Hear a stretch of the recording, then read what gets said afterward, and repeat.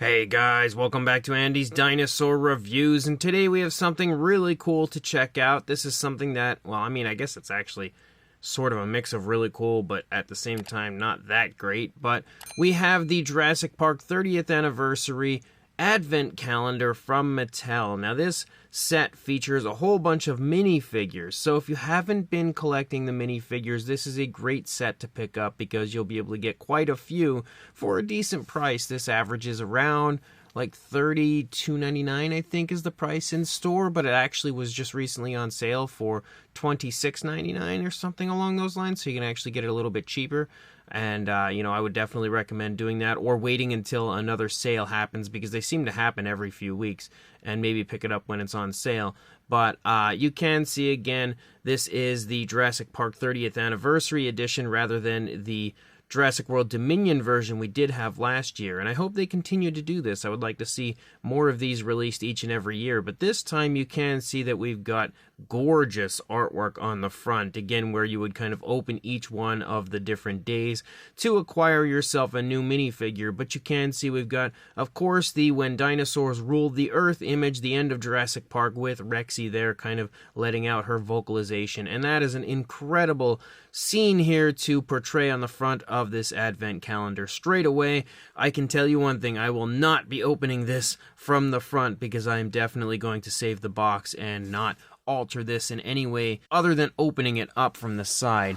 But again, you can see 24 Days of Fun up here, and again the minifigure symbol down here. And then if we turn it over here to the side, you can yet again see, again, 30th anniversary since 1993.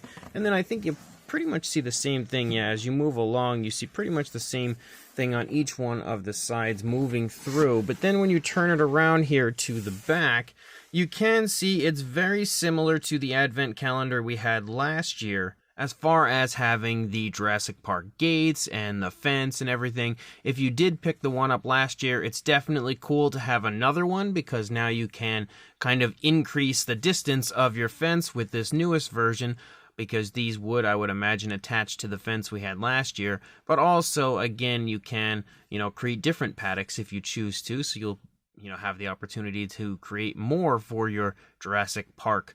And, thinking back, it really would have made more sense had they given us a Jurassic World gate last year rather than a Jurassic Park, and saved the Jurassic Park gate for this year, so then it would have been a little bit different. But I guess, whatever, because if you look at this set, one of the reasons why this isn't that great of a set is because most of what you have in this set is repeats of what we've already had. First of all, the gates and the fence we had last year. Again, with the Dominion version, it doesn't look like it's any different as far as that goes. And the minifigures that are included with it itself also look to primarily be pretty much all stuff we've had previously. And, there's like a few looking here, like the Gallimimus in there. I don't know for sure if we've had that one. I can't really recall, but I have heard that the Brachiosaurus is exclusive to this set. I think Collect Jurassic stated that, so that may be true. I'm not too sure. I don't really recall if we had that one before. I kind of feel like we did, but I could be wrong. But another thing that kind of doesn't make sense about this set is the fact that we have basically a whole bunch of dinosaurs here that don't even appear in Jurassic Park. If you wanted to have a Jurassic Park set, you should have dinosaurs that are featured in at least the very first 3 films that are titled Jurassic Park, rather than dinosaurs that you had only seen in Jurassic World, like the Nasutoceratops or the Dimetrodon or the Herrerasaurus, although the Herrerasaurus actually is okay because that was one that I believe was technically present in Jurassic Park. We didn't see it, but I believe it was present there. But then you do have others that, we have seen in the other films, like, of course, the Dilophosaurus, the T-Rex, the Ceratosaurus, and, the Concavenator is another one that probably shouldn't be in this set. Regardless, I'm pretty excited to pop it open and check them out anyway, so let's do that right now. So one thing straight away that is really cool about this set is the fact that they've kind of made it a little more collector friendly when opening it, because last year I remember kind of butchering the side of the box trying to open it in a way where I could keep the box intact for the most part. This time it actually is just, connected with tape, so all you have to do is cut the tape and the box opens very nicely, which will make it very easy to put this stuff back in when I'm done with it. But another thing that you can see about this that's really cool, or you may be able to see because there's so much of a glare with the lights hitting it, but there is that same image that we had seen on the front of the box there as a backdrop for the inside of the box. So once we take the plastic here out, you'll be able to see that. I can see the Rex back there and everything, which is very cool to have a nice image of that without the kind of, doors and everything you see on the front sort of getting in the way and chopping it up. It looks like it's going to be a really cool image that you could maybe even put, up on your wall or display somewhere. But you can see this Gallimimus, first of all, is falling out of the box. He's not in there very well. But you can see all of the different species that we have available in this set. There is definitely quite a few in here, as we have Gallimimus, we've got Velociraptors, we have Atrociraptors, we have that little park worker again that we had in the previous set. We also have the Dimetrodon, the Ceratosaurus, the Concavenator, Pseudoceratops, Brachiosaurus, Stegosaurus, Triceratops, T-Rex. There's a whole bunch in here, and then of course again all of the fences and gates and everything down here. So if we kind of pull the plastic out and just move this out of the way, wow, look at that, is absolutely beautiful. So there's what you have for the inside of the box, and honestly, that is just so ridiculously nice looking. Had I realized that that was in here, man, the lights are just killing it right now. But had I realized that that was in there, I would have purchased this the moment it went up on sale just to own this image here that's in the back, because it is so nice to have a very large sort of image of this without anything kind of obscuring it, no package, defects or anything on it. It just looks extremely cool and definitely a beautiful addition to this set. Definitely something that would be nice to display any Mattel figure in front of. So the backdrop there is fantastic, but we're going to move that here out of the way. There are also some instructions in here, but I don't think we need that because we've already done this before and it's kind of common sense. But here's what we are left with. Again, a whole bunch of dinosaurs and the fence and gate and everything. So let's go ahead, pop all of these out, and then we'll bring each of the figures in and check them out from there. So the very first one we have is a Gallimimus, and a Gallimimus is always a fun one, especially to have for a Jurassic Park set. The next would be a Velociraptor. Now the Velociraptor definitely does not sport any coloration that I've seen in any Jurassic Park films, so that guy's a little bit of a bummer. Actually, let's go ahead and separate the ones that we could say potentially are Jurassic Park compared to Jurassic World. We then have another Gallimimus. This is the one that I do not remember us getting one of before. I mean, I'm not saying we haven't, but I really just don't remember that very cool blue striping along the back. I'm not sure about that. But again, like we've seen the Velociraptor in Jurassic Park, just not that coloration. We did see the Gallimimus in Jurassic Park, but not that coloration either, so that guy's got to go over here, I guess, even though these technically could all be counted as Jurassic Park dinosaurs. We do then have the Velociraptor that seems to have the Jurassic Park colors to it, the original JP films, so we now are 2 and 2, and they're actually both the same species, as we have a Raptor and Gallimimus on one side that I think kind of replicate the Jurassic Park versions, and then we've got a Raptor and Gallimimus on the other side that don't. We do then have the Dilophosaurus, and the Dilophosaurus kind of more so looks like maybe it has Jurassic World colors, but since there's not really a whole lot going on color-wise, we'll still put it with the Jurassic Park ones. Then we've got another Gallimimus. Now this one's kind of questionable because it does have sort of similar tones of color to what you see in Jurassic Park, but at the same time, not really. So I don't really know which side I should put this one on. I guess we'll go with the Jurassic Park side. Technically, I probably should just put all of them over here. Even if they aren't the right color schemes, at least those species had appeared in the film. So we're just going to move them over to this side anyway, even if they aren't what you would see in Jurassic Park. Because the next one is an Atrociraptor. Now that one absolutely is not Jurassic Park. That is, without question, Jurassic World, and not just Jurassic World, but Jurassic World Dominion, and he does not want to stand. That is one of the problems with these newer ones, the rubbery ones. Somehow they get like warped and they just don't want to stand, so I guess he's going to sit on his face. Here's a species we definitely see in Jurassic Park, as we have a human So this guy, and of course he's a park worker as well, so he can definitely go over here. We then have the Ankylosaurus, and this is another instance where, it's not exactly the coloration you would have seen in Jurassic Park 3, which is the, moment we had seen the Ankylosaurus for the first time. But because, again, it is in Jurassic Park, or, well, Jurassic Park 3, it goes over there. Then there is the Concavinator. Now, I do not recall a Concavinator making an appearance in any Jurassic film before Fallen Kingdom, so that one goes over there. But then we've got the Ceratosaurus. Now that is Jurassic Park 3 through and through, and it looks really nice because it does have the Jurassic Park 3 colors, so that one goes to our Jurassic Park side. We also have the Herrerasaurus, and although the Herrerasaurus did not appear in Jurassic Park technically, I do believe it was in Jurassic Park, we just didn't see it. So again, this one can go to the Jurassic Park side. Then we've got ourselves a Dimetrodon, another species that was introduced with Jurassic World Dominion. The Pteranodon as well, so this one can definitely sit over here on the Jurassic Park side. However, we also have the Tupandactylus, and this one had not made an appearance at all in any of the Jurassic films that I can recall, so that one goes over here, not even Jurassic World. We've also got the Nasutoceratops, which yet again did not appear in Jurassic Park, so that goes to the Jurassic World side. The Brachiosaurus, which I believe is said to potentially be the exclusive figure for this set. That, again, would go over here to Jurassic Park. And then Rexy, and, the T-Rex would, of course, also go to Jurassic Park. And then we've got a Stegosaurus, which the Stegosaurus absolutely does not have Jurassic Park colors, or I should say Lost World Jurassic Park colors, but it does have a Mattel coloration to it. Regardless, again, it's definitely another species that we had seen in the first 3 films. And the final one is the Triceratops, which looks really quite cool, actually, and is definitely, again, another JP dinosaur.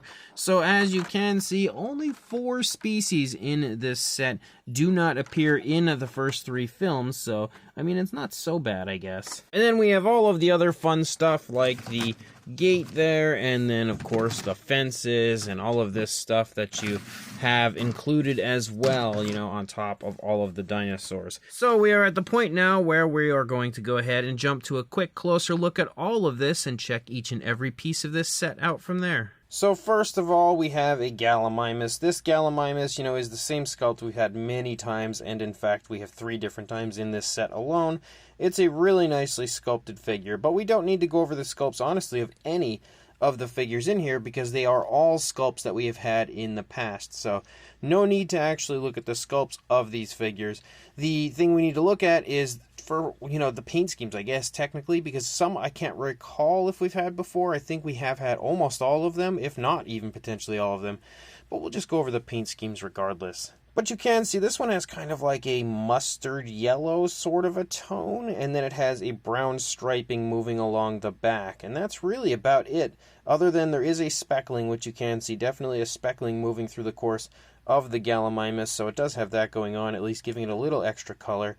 Actually, it kind of looks almost like maybe we have an eye painted on now. So, okay, I think that's just a very conveniently placed spot of speckling on the dinosaur, because here you can see definitely no eye, but over here it almost looks like there is an eye for the figure. Actually, I think it might be slightly misplaced, but I guess if I display it from this side, it looks a little bit better. But again, you can see a lot of the newer Mattel Minis are like bare minimum paint application. They never really were that great, but we did used to at least get eye paint for most of the figures, I think, potentially all. But with these newer minis that they've created that have a different material and a smaller size, you don't get eye paint nearly as often anymore. Then we've got the other Gallimimus. Now this is the one that I don't recall if we've had in the past.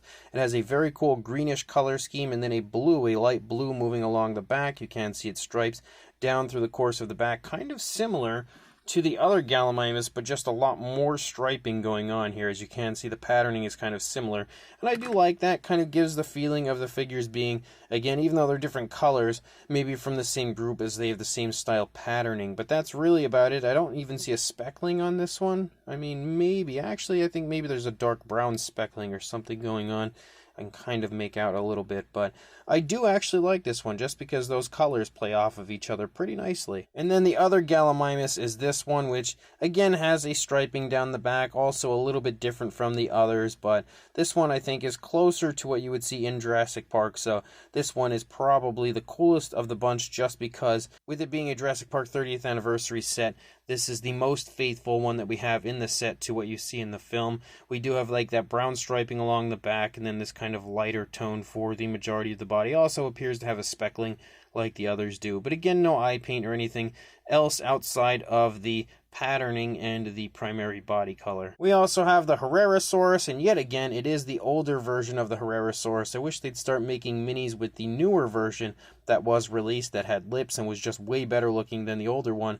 But you can see we have a green tone for the body and then kind of like an orangish brown sort of coloration that sort of patterns and just splotches up here on the back. Nothing really specific as far as that design goes on here. You can see it just kind of moves through the back and then disappears before we reach the tail. No eye paint, no coloration for the inside of the mouth, nothing like that. There's no articulation or anything. The only thing we really have is the, coloration that we have going on here, and decent fine detail and massive feet, and of course a short tail. The Herrerasaurus, the older one, was never the best Mattel figure. I'm so happy they updated it with that newer one. Now, if they could just get on board with updating the minis to the newer sculpt as well, we'd be way better off. Then as far as the Velociraptors go, we do have this kind of like light greenish blue sort of version, and then it has a dark gray sort of striping moving along the back. Again, that's really about it, and in fact on this one I don't even see a speckling or anything, so this one really doesn't have much going on as far as the coloration goes. Still a really nice sculpt, but no real coloration to it, no eye paint, nothing like that. I really do want to repaint some of these, and since some of them I do already have, I might repaint some of these, but I'm not too sure. They are so small, I don't know how easy it would be to make them look decent because they're just so ridiculously tiny, even smaller than the older ones. Then we have the other one. Again, this one I think is a little bit more screen accurate as far as the paint apps go. You can see that we've got this brownish tone and then a darker tone moving along the back striping, very similarly to what we had just seen on the other Raptor. But you can see it looks really good as far as the sculpt and fine detail on this one. Definitely looks really nice. I'm a huge fan, actually, of these mini Raptors. I think they actually look closer to a Jurassic Park Velociraptor than what we see in the main line of Mattel. We also have the Pteranodon. The Pteranodon also doesn't seem to have eye paint. Some of them randomly will, but some of them also don't. Most of them don't. But you have like a chocolate brown for this one, and then kind of like an orangish brown sort of a tone here moving along the back, and that's really about it again.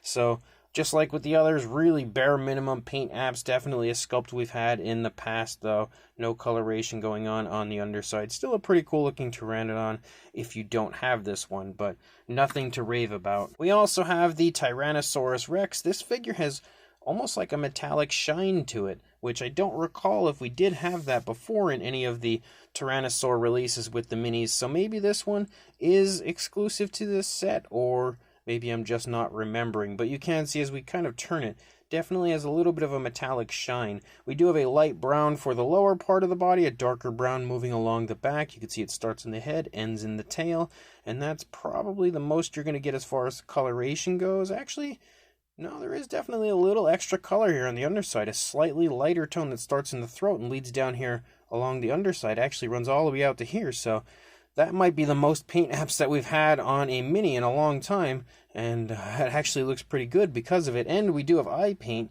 which is also a massive plus for this figure. So it is nice to see they put a little extra into the Tyrannosaurus, and you've got an articulated jaw, which is always fun to have any amount of articulation on a minifigure. But that one is really quite nice. I would say that's probably the best figure that we have in this set. The Dilophosaurus absolutely is the same Dilophosaurus we've had tons of times at this point. We have a greenish tone for the body, and then kind of a darker variation of like a brown for the frill as well as the crests, and that's about it.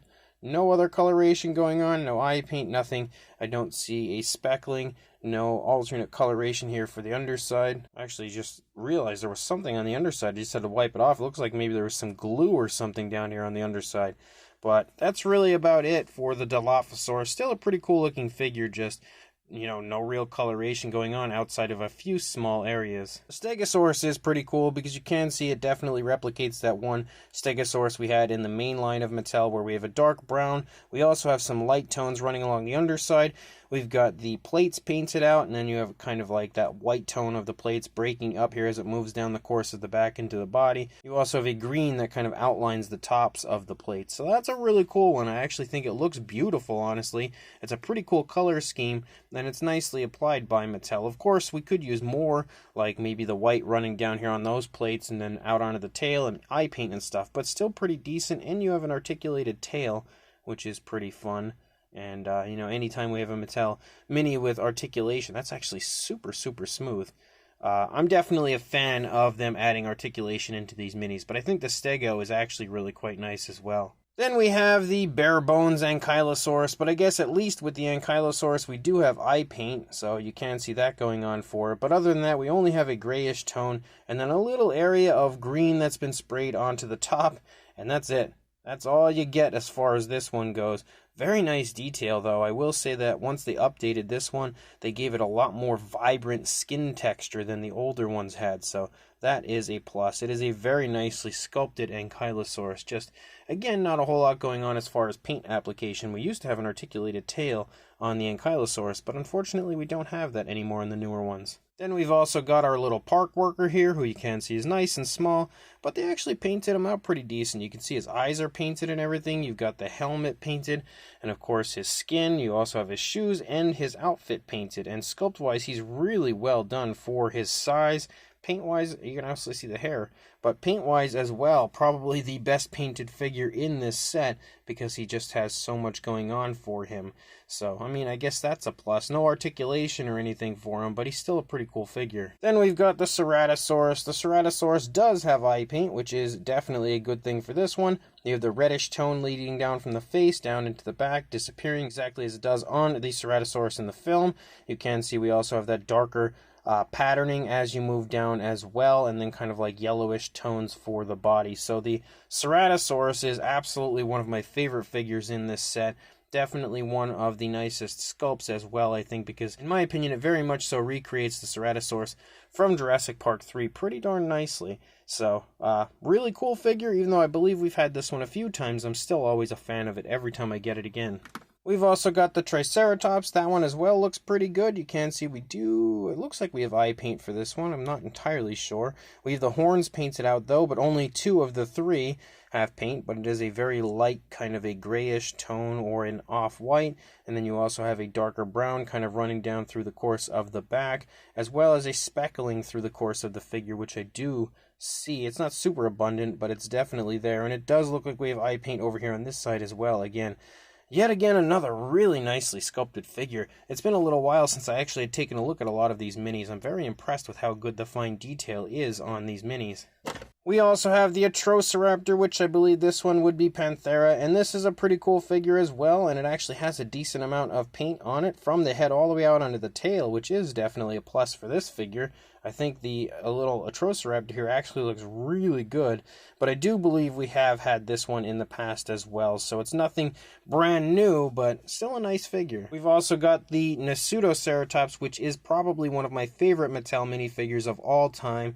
It is an absolutely gorgeous sculpt with very nice paint apps. Even though there's not a whole lot to it, I think they did a very good job of recreating that kind of Battle at Big Rock look for this Nasutoceratops with the grayish tone and then the reds and stuff moving through. And then you do also have the horns painted out. No eye paint, which I think is like the only thing that it really could have used to make it look a bit better, but it is still a very nicely sculpted figure, very nicely painted, and it also has articulation in the neck, which you can see, and it can swivel. So you have very nice, very impressive articulation on the Nasutoceratops. So definitely, again, one of my favorites, I think, at this point of all time when it comes to Mattel Minis, but another figure we have already had in the past.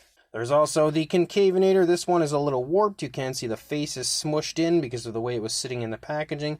It does actually have eye paint, which is nice. You have a bluish tone for the face, brown for the lower jaw moving down into the body. The blue disappears, then we pick up this kind of red-orange for the hump on the back that runs out a little bit onto the tail, and then you basically just have the brownish tone and then the eye paint, and you can see there is a little bit of a speckling to this one as well, But I do believe this is also a figure that we've already had in the past from Mattel, so nothing that we really need to go too in depth over. And the same can be said for the Dimetrodon. Definitely a really nice figure, absolutely nice paint apps for it, for how small it is. I think the paintwork there in the sail looks really good. You can see we have like a greenish brown sort of tone for the body, some variations of brown that sort of pattern through, and then a red-orange for the sail of the Dimetrodon.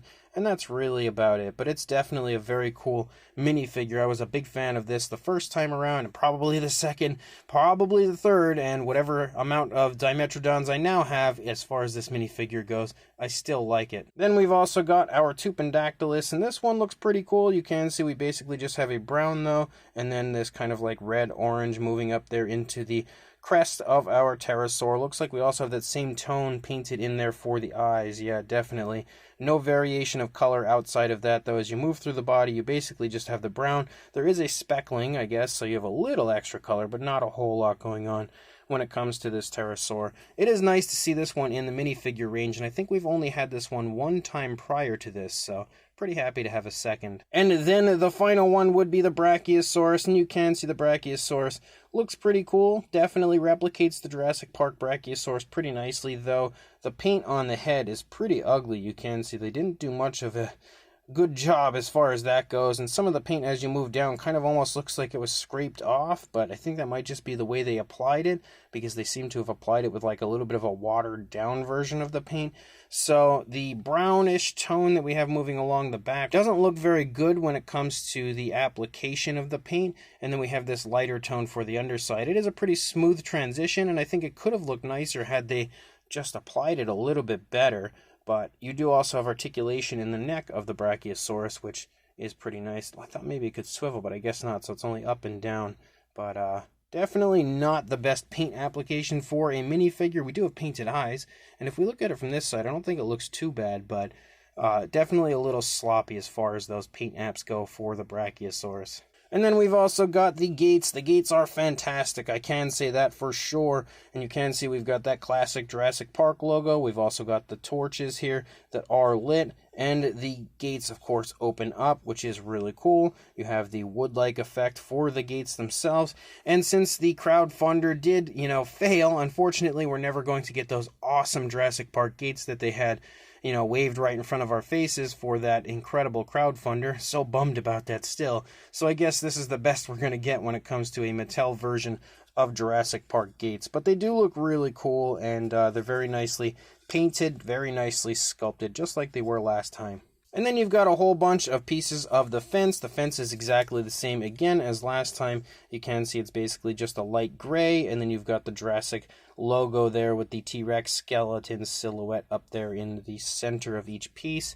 And then the other piece is this. You basically just have that little area where our park worker can open the door and go in, which that door is absolutely gigantic compared to him. There's the door. Here's our park worker. I feel like that door, I guess it's not too huge, but it's definitely a pretty decent sized door. I don't know, it just looks, if we put him standing at the bottom of the door, it's a pretty tall door. So the door is a little bit larger, but it's still another pretty fun piece to add to your paddock area once you assemble this. And then once you put it all together, once you put the pieces of the fence together and everything, you have your Jurassic Park ready to go, and you can, of course, open the gates here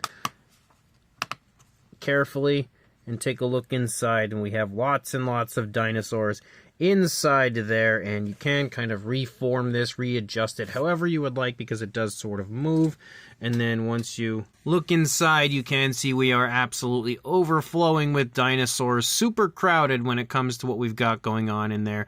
It is a very cool display, that's for sure. Definitely neat to have all of these different figures displayed within a Jurassic Park style fence and everything, but I think if you put all these species in here together, you would absolutely have chaos ensuing afterwards. But it definitely, again, looks really cool once it is displayed. So this brand new Jurassic Park 30th anniversary advent calendar is pretty darn cool, even if it's not something that's revolutionary. It's not something amazing because we have had this stuff basically in the past. If you have not been collecting the minis, it's definitely a fun pickup. It's definitely worth grabbing for sure, just for that backdrop and the very cool fence and gates. It's definitely worth the price of admission, but you also, again, get a whole bunch of minis, which is really cool as well. I didn't do size comparisons or any of that stuff or measurements because at this point we are all very well aware of the size of these minis, and I have again reviewed the Jurassic World Dominion Advent Calendar before, which is pretty much the same thing as this, just different dinosaurs included this time around. But you can see, as far as this goes, it looks great, even if it is basically just mostly a whole bunch of repackaged minifigures and fences and stuff. It still does look really cool. Definitely has that nostalgic look again as far as Jurassic Park goes. I think all of the minis, even though they are mostly all ones that we've had before, they're all great figures for the most part. They all look really good. Some decent paint apps on some lackluster paint apps on others, but overall, again, for the price of like $30, it is absolutely worth picking up because you just get so much with it. And whether it be a child or an adult collector, they're definitely going to enjoy this very cool set. So if you are interested in this, I will include a link in the description to where you can purchase it right now on Target.com, or you can purchase it in store at Target as well. So make sure you check that link. Go grab yourself this advent calendar if you are interested, and also like, comment, and subscribe, and I will see you in the next review. Thanks for watching.